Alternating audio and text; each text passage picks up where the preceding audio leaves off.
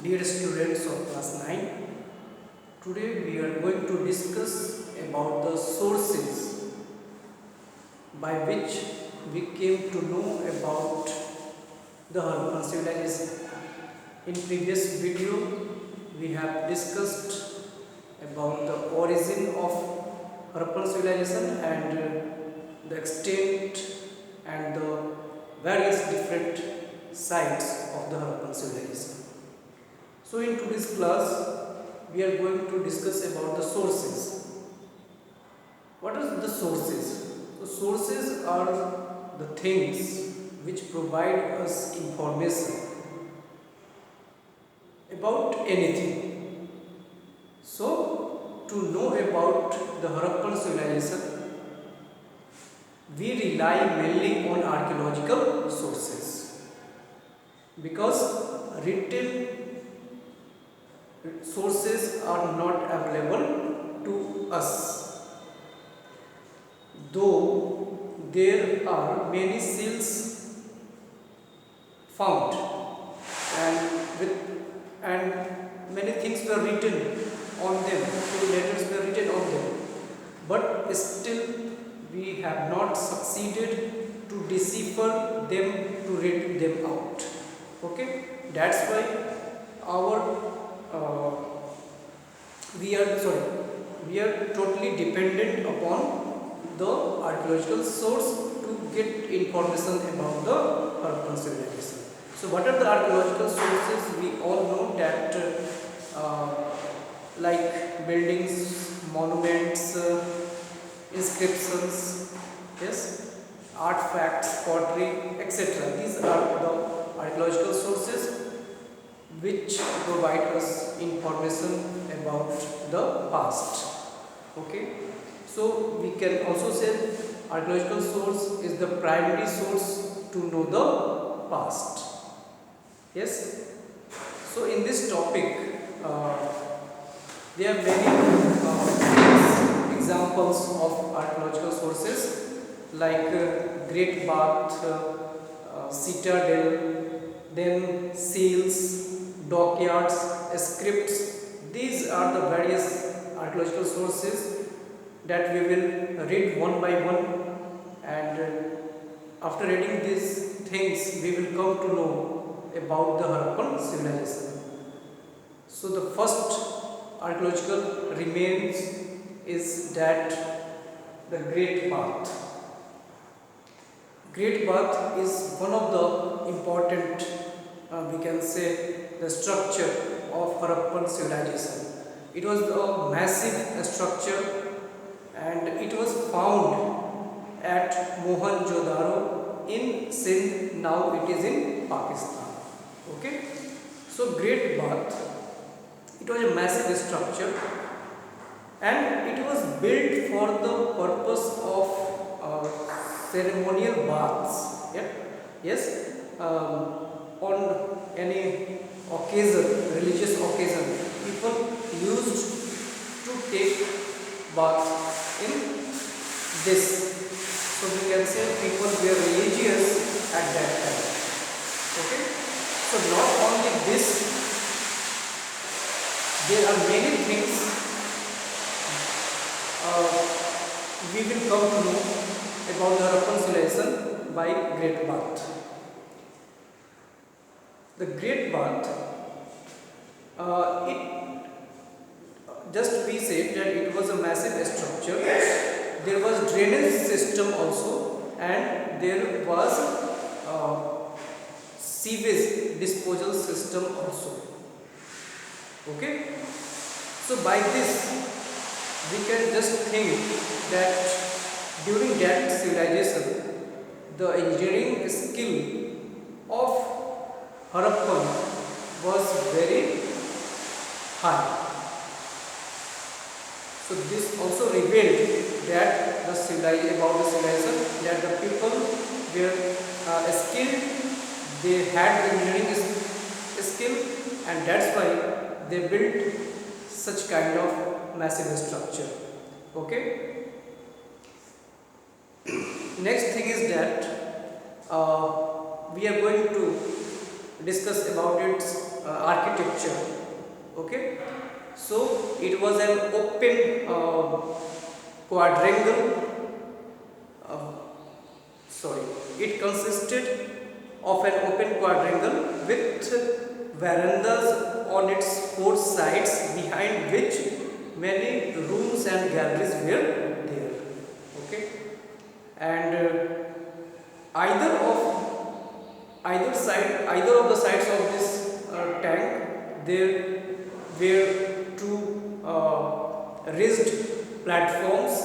Okay, which lead stairs to the pool. Okay, so we can say just there were stairs by which we can go into the swimming pool and we can just take baths. Okay, next thing is that there were changing rooms also. After taking bath, there were rooms where they could change their clothes. Okay, and to make the wall of great bath watertight, the people used gypsum mortar on the bricks. Okay, and the source of water to the great bath was a nearby well, which was also made by the people.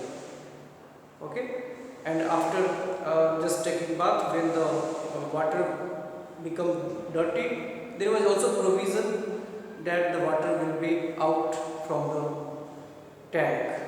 So in this way we have discussed that all the things, and it proves that the Harappan civilization, why we call it civilization, people were technologically advanced, they had engineering skill, and that's why they had made such kind of a structure.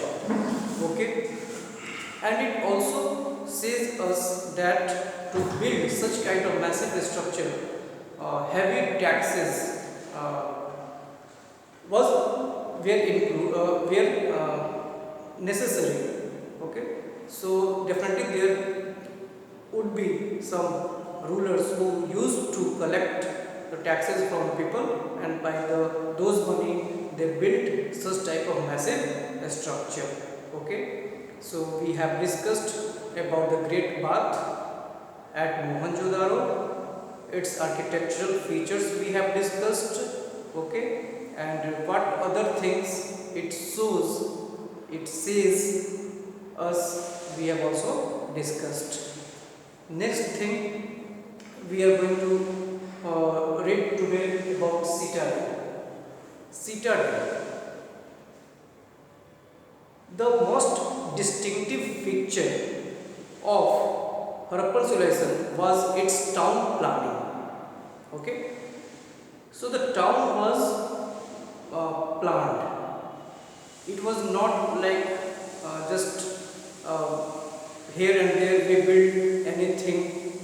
Yes, before establishing a town, they planned and then they made a good urban city like Harappa, Mohenjo-daro, Dholavira, like this. Yes.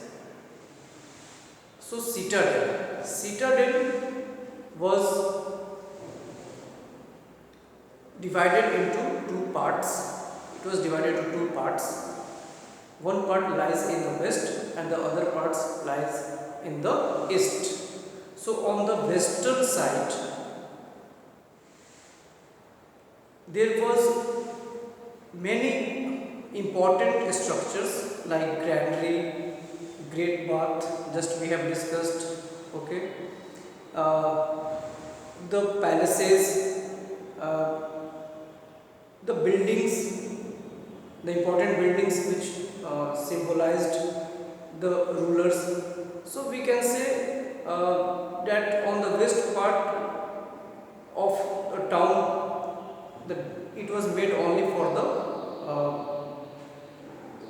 the ruling class, the high classes. Yes, many important buildings were there, and it was built on a high platform.